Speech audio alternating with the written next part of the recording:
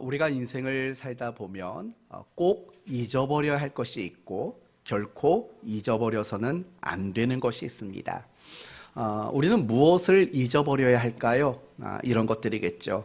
지난날의 실패들, 또 지난날에 누군가에게 받았던 상처들, 이런 것들을 우리는 반드시 잊어야 합니다. 또 우리가 지난 날을 살면서 가졌던 수없이 많은 후회들, 실수들, 이런 것들도 우리는 역시 잊어버려야 합니다. 안 좋았던 기억과 나쁜 감정들, 이런 것들도 우리는 꼭 잊어버려야 합니다. 이러한 것들을 잊어버리지 않으면 우리는 하루하루가 불행한 인생을 살 수밖에 없기 때문에 그렇습니다.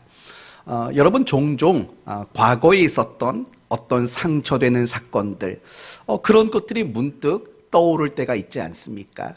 그런 게 떠오르면 어떻습니까? 마음이 괴롭고 마음이 지쳐버리게 됩니다. 따라서 우리는 지난날에 있었던 모든 아픔, 상처, 실패, 실수, 안 좋았던 기억들, 나쁜 감정들, 이런 것들을 우리는 반드시 잊어버릴 수 있어야 합니다. 그걸 잊어버리지 않으면 여러분 자신이 불행해지는 겁니다. 그런데 여러분 자신만 불행해지는 게 아닙니다. 지난날에 있었던 그러한 것들을 잊지 못하면 여러분 주변에 살아가는 사람들도 여러분이 불행하게 만들 수 있다는 사실을 아셔야 합니다. 그래서 우리는 지난날에 그런 안타까웠던 모든 일들을 우리는 잊을 수 있는 그런 은혜가 우리에게 분명히 필요한 겁니다. 그러나 반대로 결코 절대로 잊어서는 안 되는 것이 있습니다. 무엇일까요? 내가 누군가에게 받은 은혜, 내가 누군가에게 받은 사랑은 잊으면 안 됩니다. 예를 들면 내가 부모에게 받은 은혜와 사랑이 있지 않습니까? 그걸 잊으면 안 됩니다. 나에게 있었던 수많은 스승들, 그들에게 받은 은혜와 사랑도 우리는 결코 잊으면 안 됩니다. 그 밖에도 내가 누군가에게 받았던 은혜와 사랑들, 이런 것들도 역시 잊어서는 안 됩니다. 그런데 우리가 더더욱 잊지 말아야 하는 것이 있습니다. 그건 바로 하나님께서 우리에게 끊임없이 베푸셨던 은혜와 사랑들, 이런 것들을 우리는 역시 잊으면 안 됩니다. 하나님이 내게 허락하셨던 그 은혜들을 잊게 되면 우리는 그리스도인답게 살 수 없기 때문에 그렇습니다. 따라서 그리스도인들에게 하나님의 은혜를 잊지 않고 기억하는 것은 너무나도 중요한 일일 겁니다. 오늘 저와 여러분이 함께 읽은 본문을 보시면 야곱이 하나님의 은혜를 잊지 않았고 또 야곱의 아들 요셉도 하나님의 은혜를 잊지 않고 알고 있었다라고 우리에게 이야기합니다. 따라서 오늘 본문을 가지고 우리가 은혜를 아는 게 왜 중요한지, 그리고 더 나아가서 하나님은 우리 각 사람에게 왜 은혜를 베풀어 주고 계시는지, 이 말씀을 함께 나누려고 합니다. 맞습니다. 오늘 본문이 소개하는 야곱과 요셉은 하나님의 은혜를 아는 사람이었습니다. 먼저 11절을 보십시오. 11절을 보시면 야곱이라는 사람, 오늘 본문에는 이스라엘이라는 이름으로 나오지만 이 사람의 본명은 야곱입니다.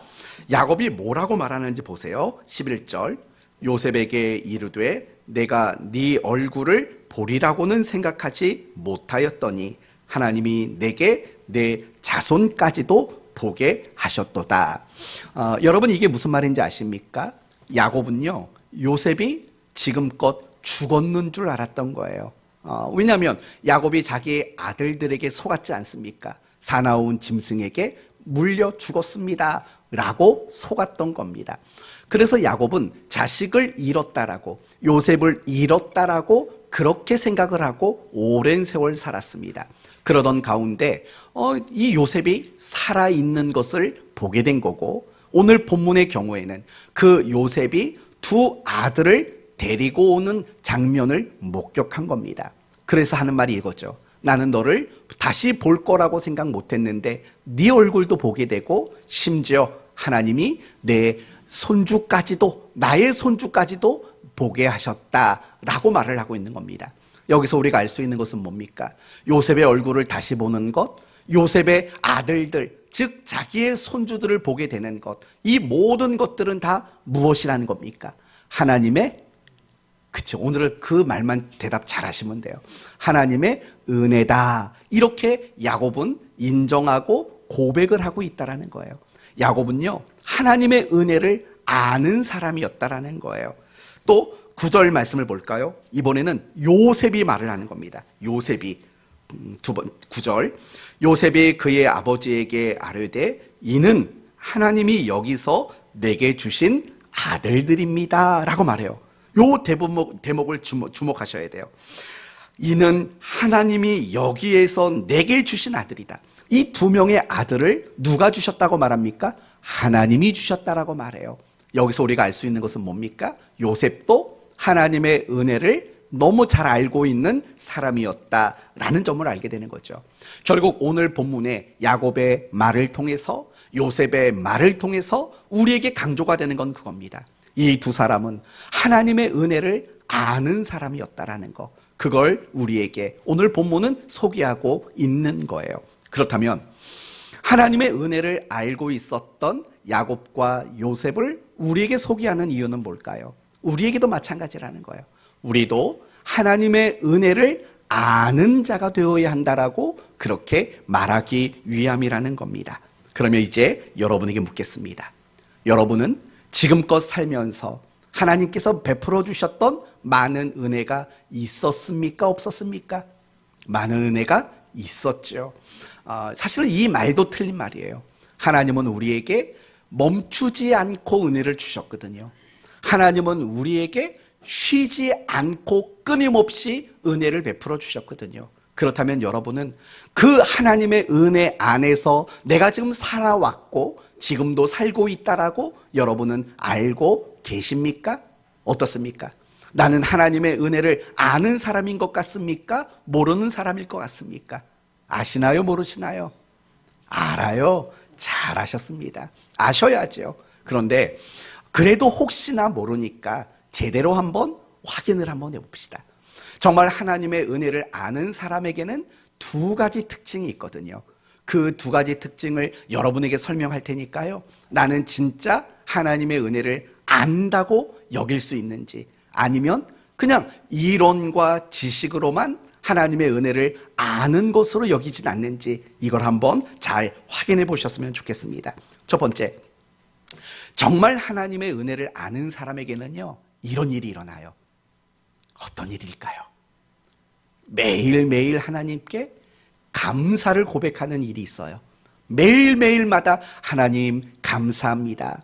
이 마음을 가지고 살아가는 특징이 있다라는 거예요. 당연한 거 아니겠습니까? 하나님의 은혜를 아는데 어떻게 감사한 마음을 갖지 않겠습니까? 그런데 반대로 생각해 보십시오.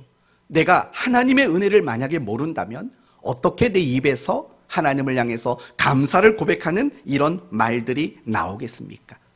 그래서 여러분이 하루하루 살아가면서 나는 정말 하나님께 감사하고 있는지, 이걸 여러분이 점검해 보시면 되는 거예요. 매일매일 삶 속에서 늘 감사를 고백하는, 하나님께 감사를 올려드리는 이런 삶을 여러분이 살아간다면 여러분은 틀림없이 하나님의 은혜를 아는 사람일 거예요. 그러나 하루를 살면서도 내가 하나님께 정말 감사합니다라는 이 마음을 잃고 살아간다면 우리는 하나님의 은혜를 아는 자라고 말하기는 어려울 수밖에 없어요. 누가복음 17장을 보면은요, 10명의 문둥병자가 등장을 해요. 이 사람들이 예수님께 소리치지요. 주여 우리를 불쌍히 여기소서. 그러자 예수님이 뭐라고 말씀하십니까? 너희 몸을 누구에게 가서 보이랍니까? 제사장에게 가서 네 몸을 보여라 라고 이야기를 합니다. 가던 길에 10명이 모두가 문둥병에서 고침을 받았습니다. 그런데 다시 예수님께 돌아와 감사를 고백한 사람은 몇 명이었습니까? 단 한 사람밖에 없었다라는 거예요. 여러분, 그 이야기를 통해 알 수 있는 건 뭡니까? 사실은 10명 모두에게 하나님의 은혜가 임했다라는 거예요. 왜냐? 여러분, 문둥병이라는 거에서 고침받았다는 건 이거 하나님의 은혜 아니고는 설명할 방법이 없어요. 왜냐하면 유대인들은 특히 성경 안에서 문둥병이라는 것은요, 어떤 병이냐면 하나님께 저주받은 자의 병인 거예요. 문둥병은 그런 의미를 가지고 있다고요. 그런데 그걸 고침받았다라는 것은 하나님이 그들에게 정말 큰 은혜를 베풀었다라는 하나의 증거가 되는 사건이거든요. 그런데 한 명만 돌아왔어요. 나머지 9명은 왜 안 돌아왔을까요? 감사하다고 생각을 못한 거죠. 그게 하나님이 내게 은혜 주셨다라는 생각을 가지지 못했기 때문이라는 거예요. 성도 여러분, 우리 모두는 하나님께 감사하며 살아가야 되는 거예요. 적어도 우리가 무엇을 안다면, 하나님의 은혜를 안다면 우리는 날마다 하나님께 감사하는 것이 너무나도 마땅한 일인 거죠. 하나님은 우리에게 그런 삶을 원해요. 하나님의 은혜를 알고 날마다 하나님께 감사하는 이런 삶을 원하신다고요. 그리고 그런 감사가 사실은 우리를 삶을 행복하게 만들고 우리의 삶을 건강하게 만들고 그런 감사들이 우리를 더 온전하게 만든다는 것도 여러분 알고 있지 않습니까? 감사는요, 정말 우리의 안에 놀라운 변화를 일으키는 게 사실은 감사인 거예요. 그리고 이런 감사는 무엇을 깨닫는 데서부터 오는 것이냐? 결국은 하나님의 은혜를 깨닫는 그 자리에서부터 감사는 출발할 수밖에 없어요. 은혜를 모르면 우리는 결코 감사를 말할 수 없는 거죠. 사랑하는 성도 여러분, 일주일을 사셨습니다. 지난 한 주간 여러분은 하나님의 은혜를 생각하면서 하나님의 은혜를 깨달아 알아서 하나님께 정말 감사를 많이 했는지 한번 생각을 해보셔야 합니다. 그 감사가 있었다면 여러분은 틀림없이 은혜를 아는 사람입니다. 두 번째, 여기서부터는 좀 잘 들으셔야 합니다. 두 번째 특징이 있습니다.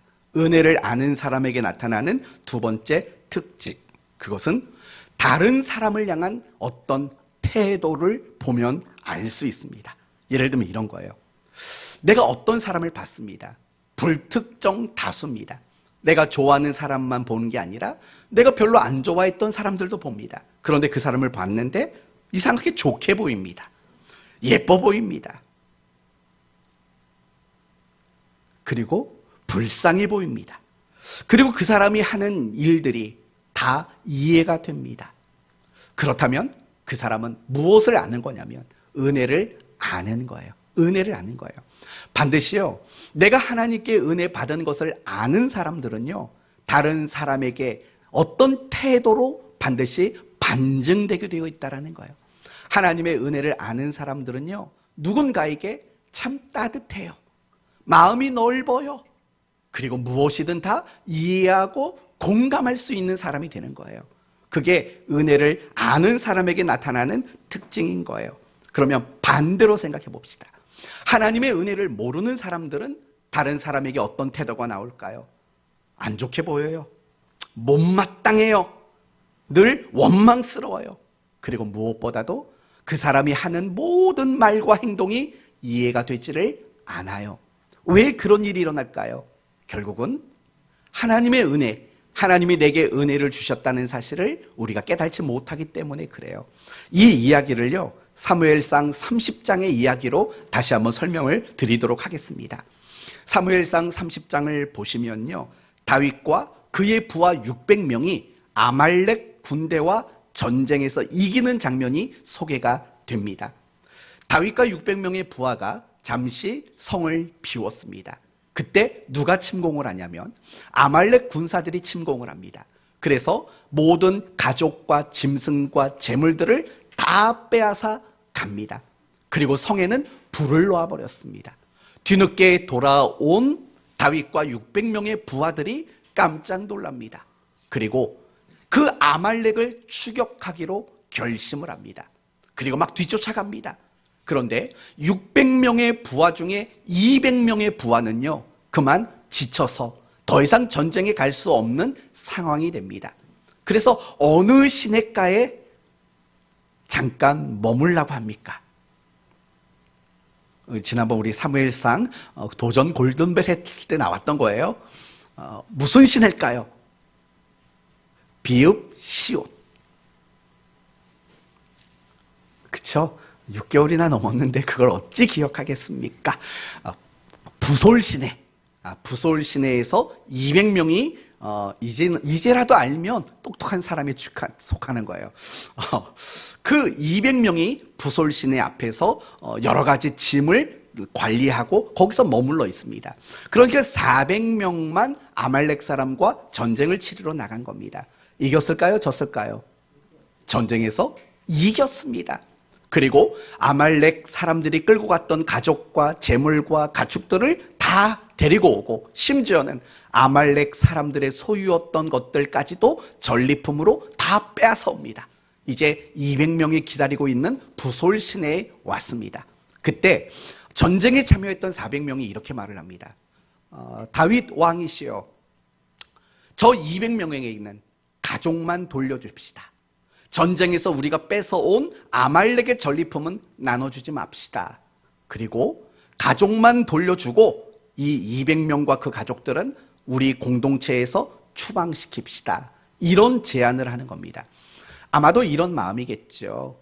자기들만 목숨 걸고 전쟁에 참여했고, 이 사람들은 피곤하고 힘들다는 이유로 같이 전쟁에 참여하지 않아서 그게 괘씸해 보였을 겁니다.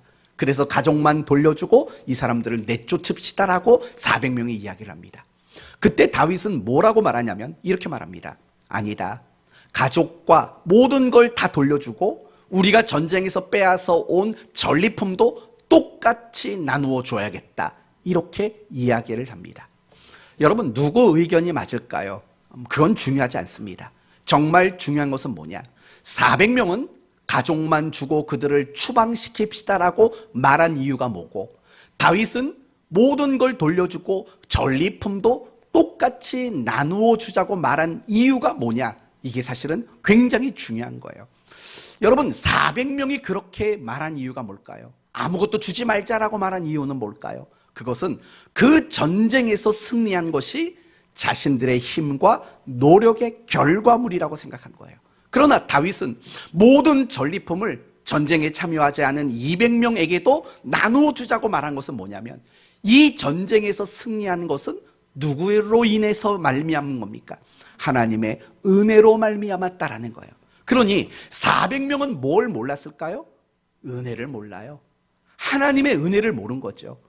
그러나 다윗은 하나님의 은혜를 알았어요. 그러니까 하나님의 은혜를 알았던 다윗과 하나님의 은혜를 몰랐던 400명은 상대방을 향한 그 태도가 너무 다를 수밖에 없어요. 쟤네들 전쟁 안 갔잖아요. 뭘 줘요? 내쫓읍시다. 이런 사람이 돼요. 뭐가 모르면, 뭘 모르면, 은혜를 모르면 우리는 늘 그런 사람이 되는 거예요. 그런데 은혜를 아는 사람이 되면은요, 전쟁에 참여하지 못한 거, 오죽하면 전쟁에 참여하지 못했겠어, 이해하잖아요. 그리고 전쟁에 참여하지 않았는데도 불구하고 전쟁에서 얻은 전리품을 똑같이 나누어 주잖아요. 그럴 수 있는 이유는 결국 은혜를 아는 사람이었기 때문이라는 거예요. 사랑하는 성도 여러분, 항상 그런 거예요. 내가 하나님의 은혜를 알면 상대방에게 향한 나의 태도가 사실은 달라질 수밖에 없어요.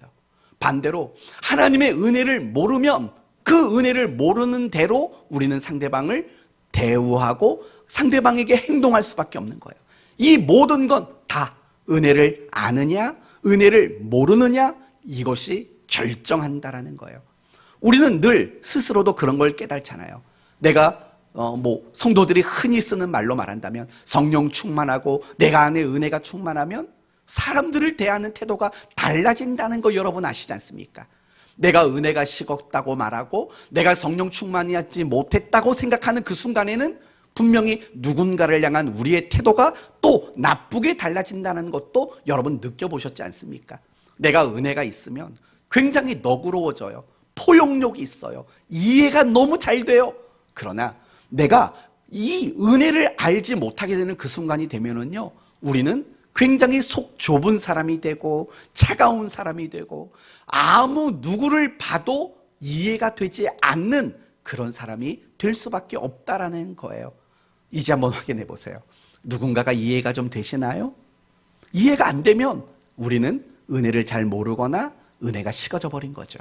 그런데 이해가 막 되십니까? 저 사람을 봐도? 그 말은 여러분이 은혜를 아는 거고 적어도 여러분 마음에 하나님의 은혜가 가득 담겨져 있다라는 거예요. 우리는 이런 기준으로 내가 하나님의 은혜를 아는가를 생각해 봐야 돼요. 우리는 이론과 지식으로 하나님의 은혜를 알아요. 하나님이 나를 구원하셨지, 날 용서하셨지, 나를 자녀 삼으셨지, 나를 이만큼이라도 살게 하셨지. 어쩌면 그것은 여러분의 신앙의 지식에서 나오는 표현일지도 몰라요. 정말 여러분의 마음속에서요, 내가 하나님의 은혜에 막 감격해 있는 상태에서 정말 여러분의 모습을 점검해 봐야죠. 감사가 나오고 있는지, 그리고 늘 내가 다른 사람에게 어떤 태도를 가지고 그 사람을 상대하는지, 그걸 가지고 여러분 자신을 점검하는 것이 저는 훨씬 더 정확한 점검의 기준이라고 생각이 듭니다. 이제 다시 한번 여러분 자신을 생각해 보셔야 돼요. 어떻습니까? 여러분은 하나님의 은혜를 정말 알고 계십니까? 감사하며 살고 다른 사람을 너그럽게 포용하고 이해하고 품어주는 이런 모습들로 여러분 살아가십니까? 여러분 모두가 하나님의 은혜를 아는 사람이 됐으면 좋겠습니다. 그럼에도 불구하고 우리가 하나님의 은혜를 모르는 것은 왜 그럴까요? 하나님이 우리에게 은혜를 안 주시기 때문일까요? 그렇지 않습니다. 아까 말한 대로 하나님은 우리에게 은혜 주시는 것을 단 한순간도 중단하신 적이 없어요. 하나님이 우리에게 은혜 주시는 것을 단 한 번도 멈추신 적이 없어요. 하나님은요, 마치 흐르는 강물처럼, 흐르는 시냇물처럼 하나님은 우리의 인생 속에서, 내 삶 속에 하나님은 은혜를 늘 공급하시는 분이시거든요. 그럼에도 불구하고 내가 하나님의 은혜를 잘 모르는 것뿐인 거예요. 그러면 우리는 왜 하나님의 은혜를 잘 모를까요? 아마 두 가지 이유가 있을 거예요. 내가 가지고 누리고 있는 모든 것들이 내 힘과 내 실력으로 되어졌다라고 생각하는 거죠. 조금 전에 여러분에게 말했던 다윗의 부하 400명이 그런 거예요. 아말렉과의 전쟁에서 이겼어요. 그것은 그들이 자신의 힘과 실력으로 이겼다라고 착각을 한 거예요. 그러니 은혜를 알 수가 없는 거예요. 우리가 목숨 걸고 싸웠기 때문에 이겼다라고 생각하는 거죠. 그러니 은혜를 모를 수밖에 없어요. 딱따구리 한 마리가 고목나무에 앉아서 나무를 콕콕콕 찍고 있었어요. 그때 번개가 내리쳤어요. 그 고목나무에. 고목나무가 산산조각이 났죠. 딱따구리가 이렇게 말했다죠. 와, 내 힘이 이렇게 셌나? 여러분, 이런 착각을 우리는 늘 하며 살아가는 거예요.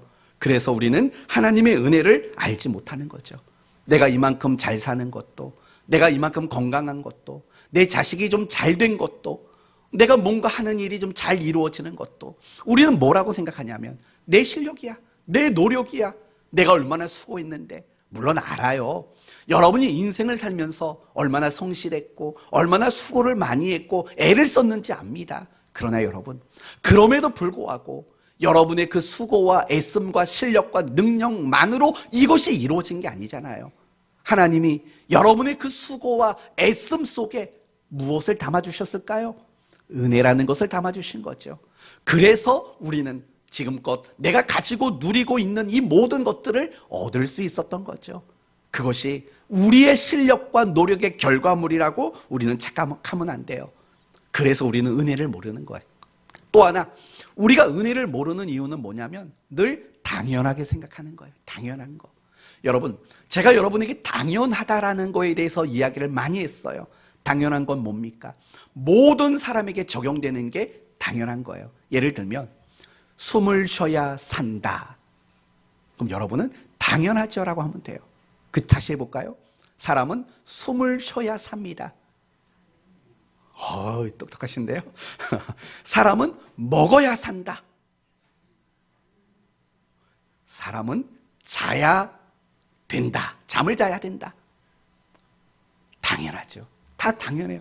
안 자고 어떻게 살고 안 먹고 어떻게 살고 숨을 안 쉬고 어떻게 사냐고요.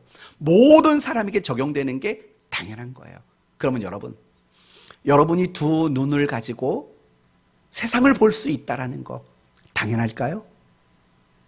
아니에요. 모든 사람에 적용되지 않아요. 저희 아내가 얼마 전에 백내장 수술했지 않습니까? 세상이 환하게 보인답니다. 좋겠다고요? 네. 근데 부작용이 생겼습니다. 한쪽만 해가지고 한쪽은 세상이 환하고 한쪽은 색깔이 다르답니다. 참.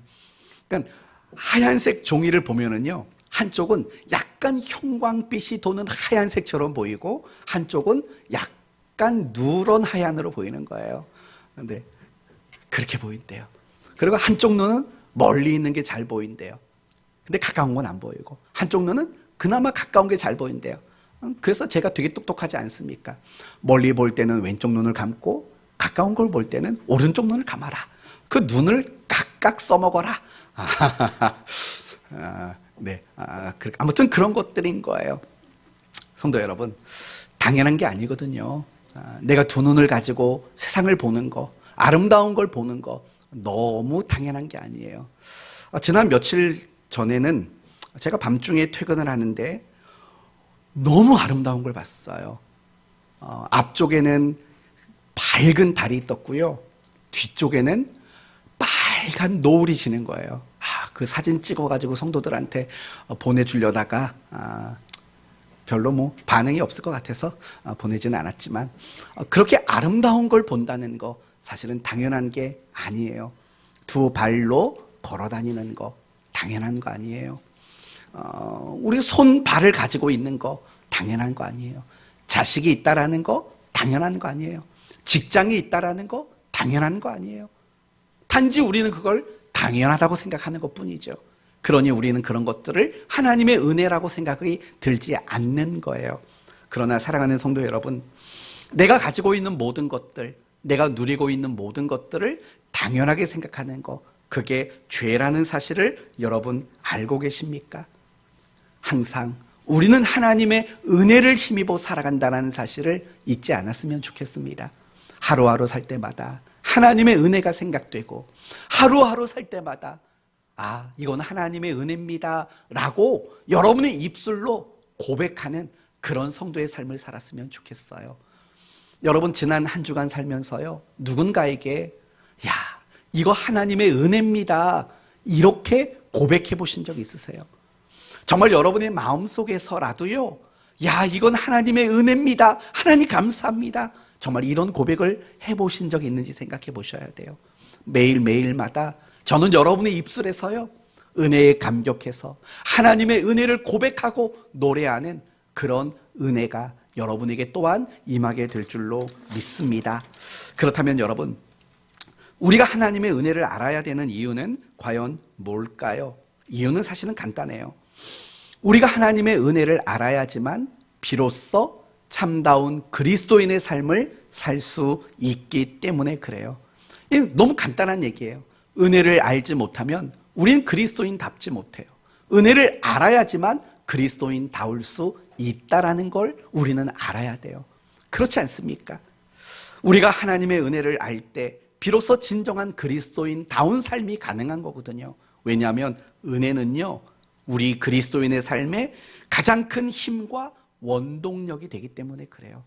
우리의 그리스도인의 삶을 가능하게 만드는 것, 그게 바로 하나님의 은혜를 아는 것, 바로 거기에 있는 거예요. 성도 여러분, 야곱을 한번 생각해 보세요. 야곱은 요셉이 초대해서 애굽으로 이주를 해갔다고요.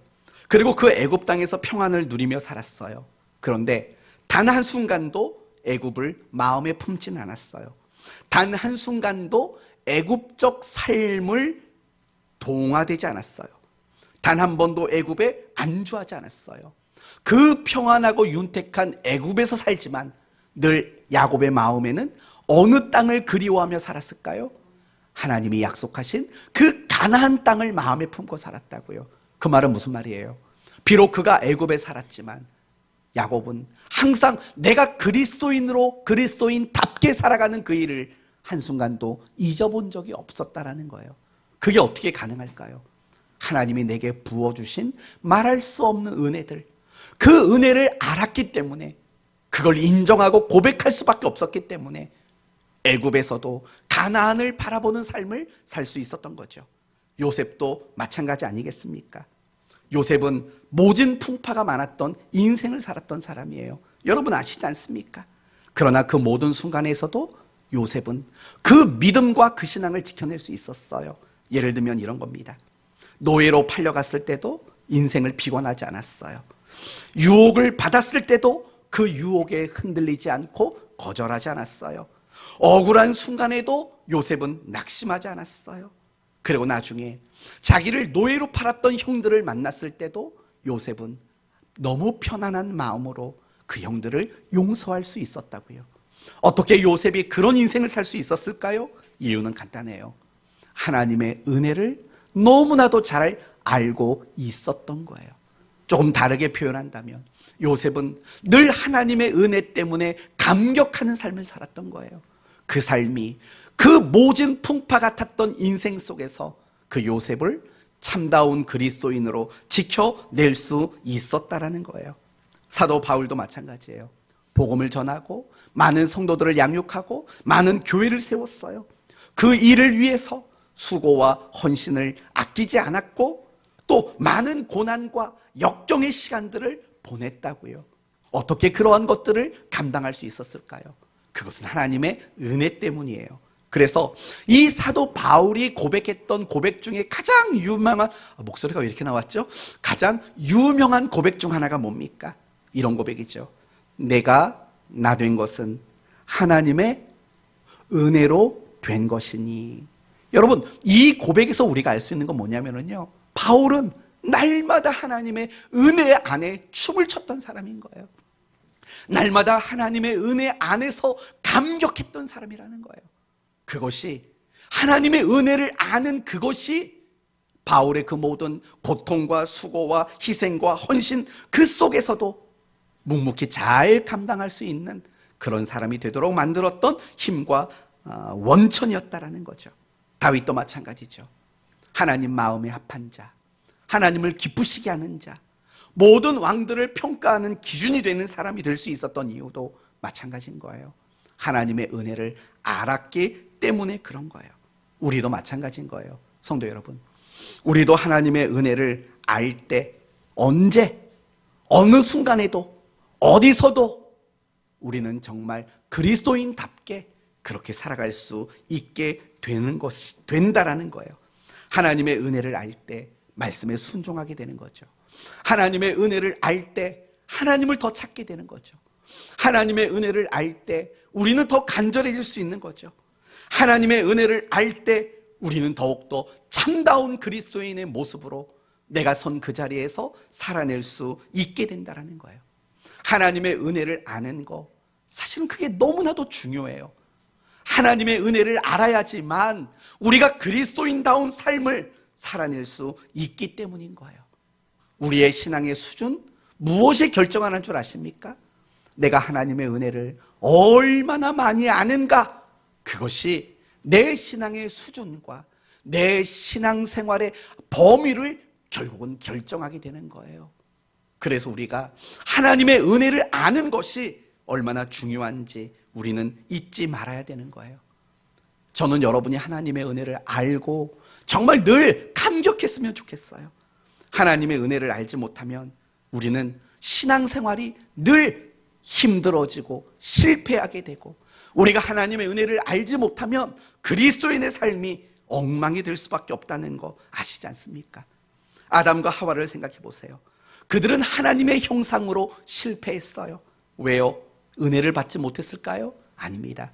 그들은 최고의 은혜 안에 살았어요. 그런데도 불구하고 은혜를 잊어버리고 은혜를 모르니까 하나님 형상으로 실패한 거죠. 광야 이스라엘 백성들, 가나안 땅에 정착했던 이스라엘 백성들을 생각해 봐요. 그들은 하나님의 백성으로서 실패했어요. 왜 실패했을까요? 은혜가 없었기 때문입니까? 아닙니다. 광야 안에서도 하나님은 그들에게 얼마나 많은 은혜를 주셨는지 몰라요. 만나를 매일 주셨죠. 마실 걸 주셨죠. 구름 기둥과 불 기둥을 주셨죠. 그들의 옷과 그들의 신을 낡지 않도록 만드셨죠. 이런 얘기를 하면 항상 옛날 생각나요.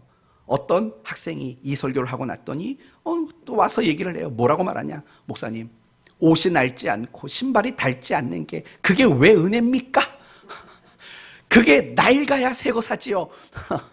뭐 그렇게 말하는 애들이 있는데 은혜죠. 거기는 애굽이라는 마을이 아니니까, 광야니까 옷과 신발이 닳지 않는 것 자체가 얼마나 큰 은혜입니까? 중요한 것은 그런 은혜의 물결 속에서도 그들은 하나님 백성다움에 실패했다고요.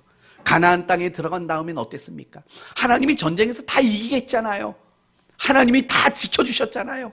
그런데도 하나님 백성답지 못했어요. 왜냐? 은혜를 알지 못했기 때문이에요.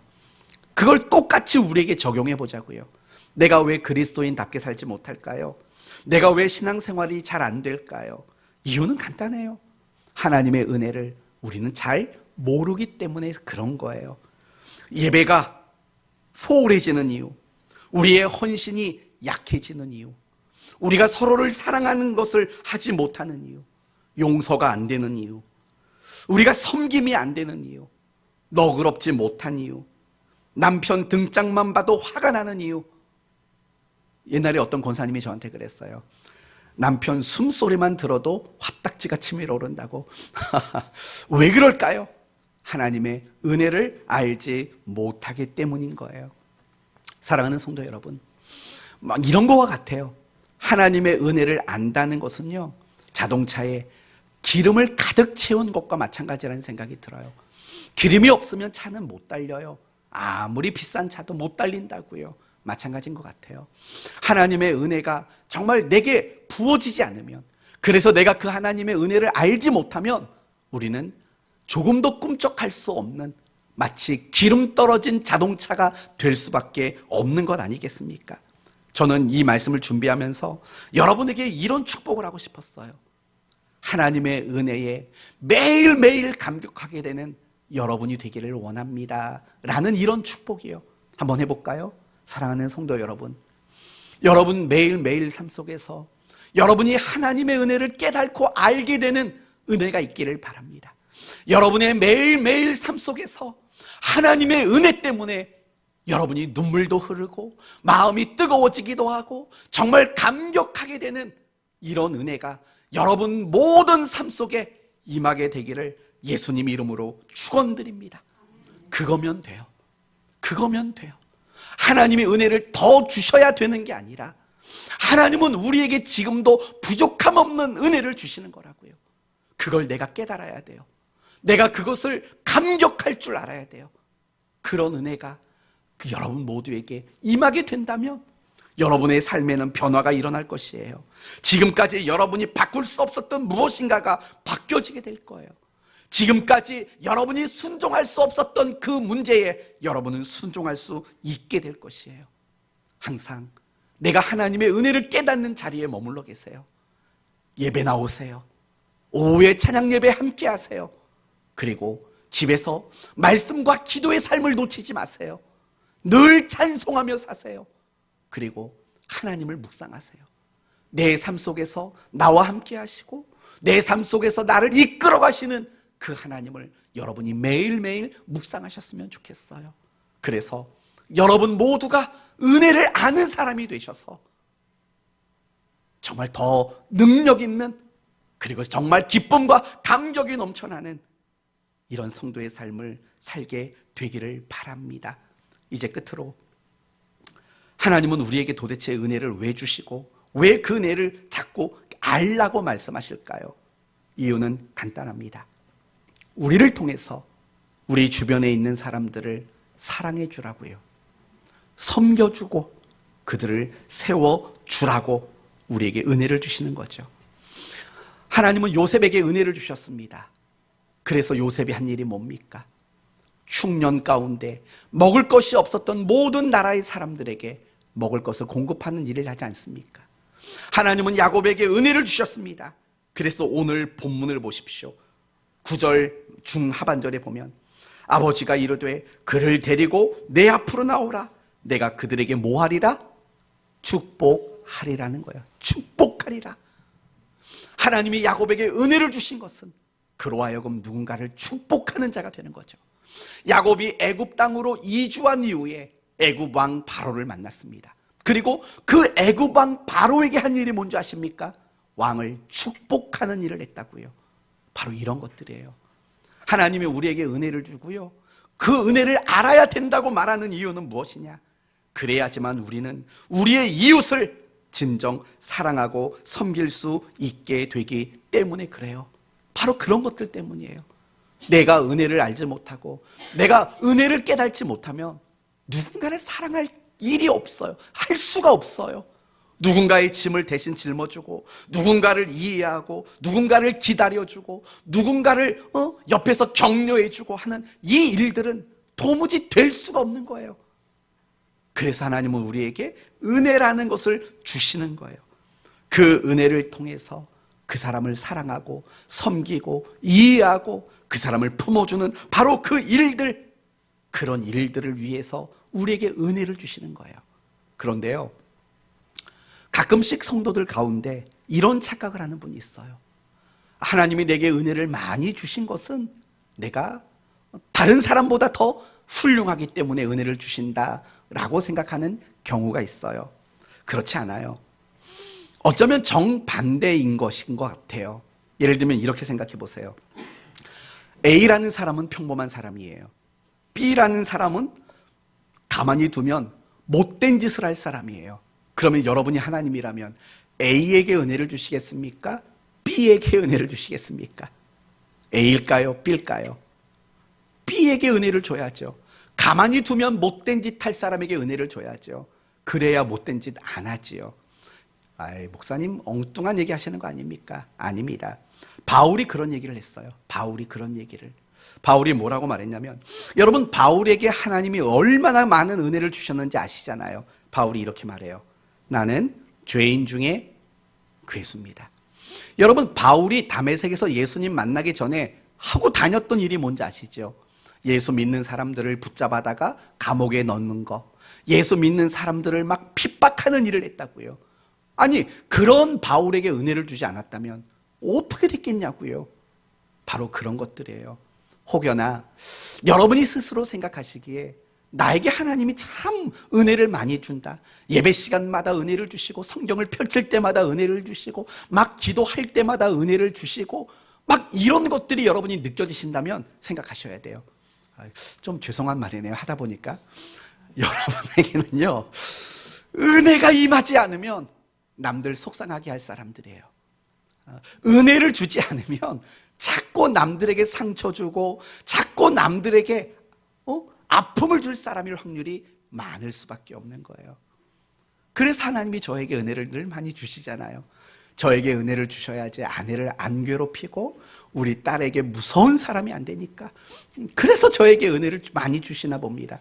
혹시 여러분 가운데 매일매일 하나님의 은혜를 많이 누리시는 분 계세요? 계세요? 안 계세요?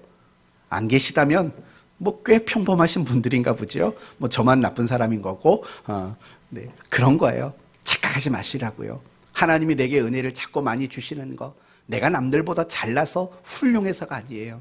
도리어 은혜가 없으면 남 사랑하지 못할 사람, 은혜가 없으면 남 용서하지 못할 사람, 은혜가 없으면 교만할 수밖에 없는 사람, 이런 사람이기 때문에 하나님이 내게 먼저 응급처치로 내게 은혜를 주시는 게 아닌가, 이렇게 생각하는 게 맞아요.